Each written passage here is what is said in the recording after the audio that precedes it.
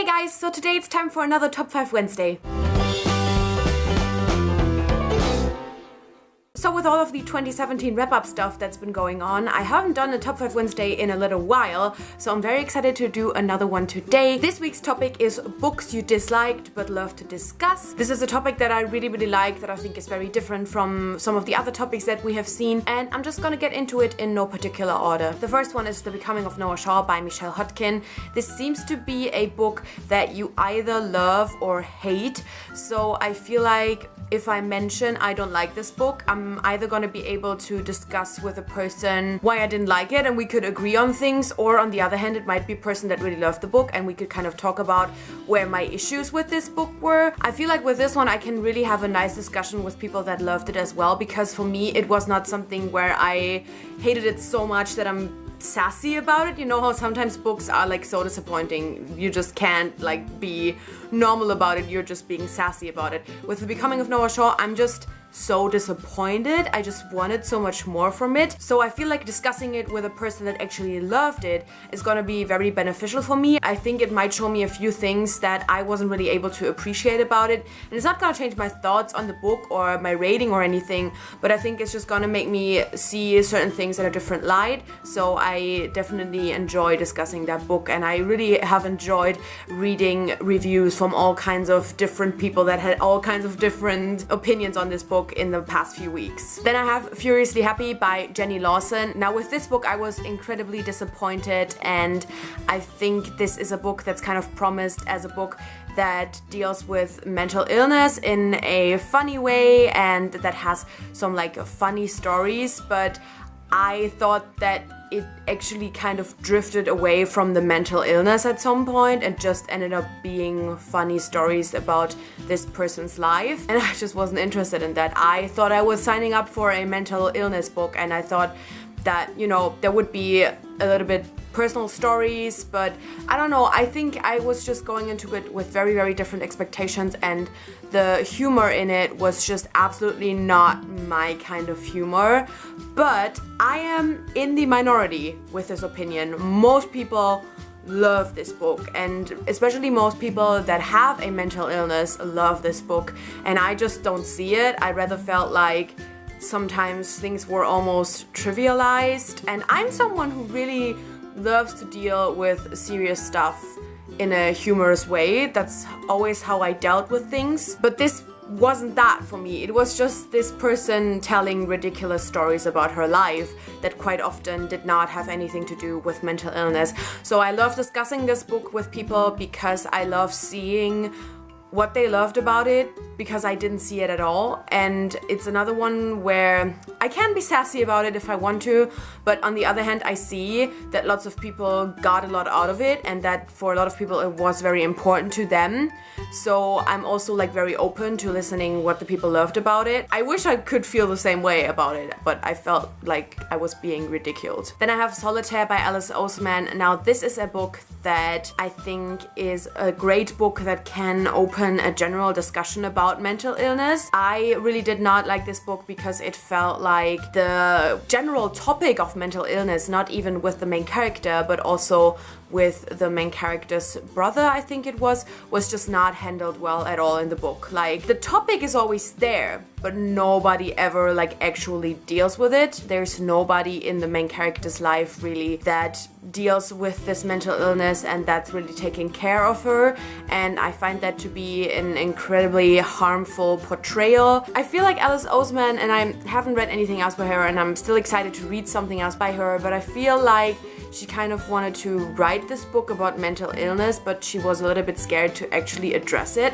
Now, she was very young when she wrote it, so I'm not faulting her. As I said, I'm still interested in reading other stuff by her, but I feel like that was a huge mistake she made, because it has this mental illness, and I think a lot of people can really relate to it because they will have felt a similar way. But I know if I had read it in my teenage years, it would have been incredibly harmful to what I've been feeling. It has lots of triggering stuff as well that's not really addressed in a good way. I just feel like this book does more harm than it does good. Even with people relating to it, I think there's a bigger chance of people reading it and kind of getting a wrong idea out of it. But yeah, I'm talking so much about like what I didn't like about it, but obviously the topic is still why I love to discuss it, and that's exactly the reason why. Like, obviously I don't want to take anyone's experience away. I don't want anyone to feel like the experience that they had while reading this wasn't valid, but it's super important for me to show people how harmful this book can be, and just how it's really important that if they recommend it, they are careful with the recommendation, and how it's something that's not gonna make you feel great because you're relating to it, but something that's gonna make you feel horrible because you're relating to it, and just making you feel more confused about what you're feeling and blah. So it's definitely something where I see where people are coming from. It's just something that I find really important to discuss, because I want everyone to go into it knowing what they're signing up for. I hope that made sense. Then I have Winter Song by S.J. Jones. Now, I've been talking about this a little bit more in the past couple of weeks. Yeah, I hated Winter Song so much, like one of my least favorite books of all time. It's definitely due to the fact that I just found the plot to be incredibly boring, and the writing tries to be beautiful and whimsical, but it's not able to actually do that. It's mostly because it has some really problematic elements in it, and the fact that there's like so few people that actually point that out is making me really upset. So many people that I really trusted in the past, especially with people that I've been seeing who are talking a lot about other harmful tropes or problematic topics or things not being called out. These kinds of people who are like the woke people, I don't understand how these people can give this book 5 stars and wholeheartedly recommend it. I feel like there's a lot of author bias in there, because S.J. Jones is someone who is like very present on Twitter, and she's also someone who is like, I feel like open, especially discussions of like diversity when it comes to like people of color. I appreciate her as this author presence on Twitter, but I feel like lots of people, they not even consciously but subconsciously don't see the problems in their book because they really like this author. And I'm not even saying that hasn't happened to me before. Obviously that happens to all of us, but I feel like in this case, especially because it's some problematic elements, it just makes me really sad to see some people who will normally find the smallest of issues in every book not seeing the huge issues that are portrayed in this one. I feel like the story can still be very interesting and lots of people will still really enjoy it, but just this whole concept of even selling this book as a romance just feels vomit-inducing to me, because it's not romantic in any fucking way. I'm getting angry, and when I'm getting angry I'm crying, because you know, I'm an emotional person. Like, it makes me upset. It makes me upset to see these fucking blurbs on this book that is not romantic at all. It's also not sexy and lush, because there's problems with consent in it. There's this stupid concept of virginity that is addressed in this book, where after the main character has sex for the first time, she is a completely new person, and all of a sudden she's an adult. She's not a girl anymore, she's a woman. All these kinds of things, they happen again and again in the book, and I just can't fucking handle it. I just don't know how nobody ever points it out. And as I said, like, obviously I get a lot of people really like it, and sometimes you just read things, you don't think about it like consciously about the things that are wrong with it. Once you're like into it and you enjoy it, sometimes you don't realize these kinds of things. But as I said, there's especially so many people that I normally really trust with pointing these issues out, and none of them, like nobody, has ever said how problematic things in this book are. And it's making me so fucking upset. So I'm always 100% open to discuss this book. Like, sometimes I almost wish I had kept my physical copy just so I could like point out things in the book and like give you quotes and everything, because I just don't think that this book is very well represented, because it's not a I mean, my feelings about this book, guys, I'm like... And the final one I want to mention is Lady Midnight. Now, I did not dislike Lady Midnight. I was just disappointed. It's probably the book out of all of the ones that I mentioned that I liked the most. But there is one very particular issue that I disliked that I love to discuss with people. And that's the relationship between, what's her name? Emma and Julian. That's her name, right? Emma, yeah. And I just get pissed off when people criticize the relationship between Jace and Clary when they already had feelings for each other, then found out they were siblings. They never had anything to do with each other for like 16 years, and all of a sudden you're calling them out for incest.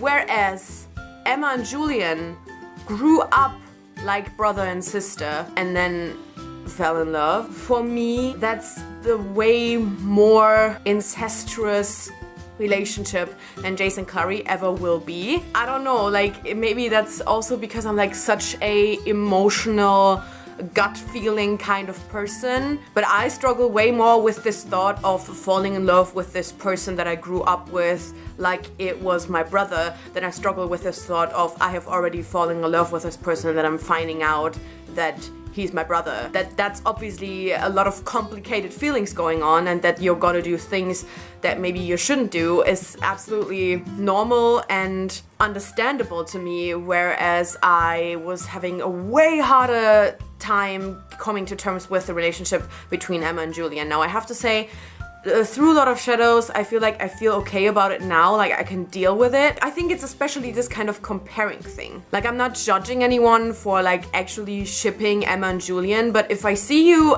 shipping Emma and Julian at the same time calling out Clary and Jay's relationships in these first few books, that just annoys me. That annoys the fuck out of me. That's definitely something that I feel like you can get into very, very heated discussions with people. It's probably a discussion that's gonna be very open-ended, where nobody is coming to any conclusion and you're not gonna change anybody's opinion.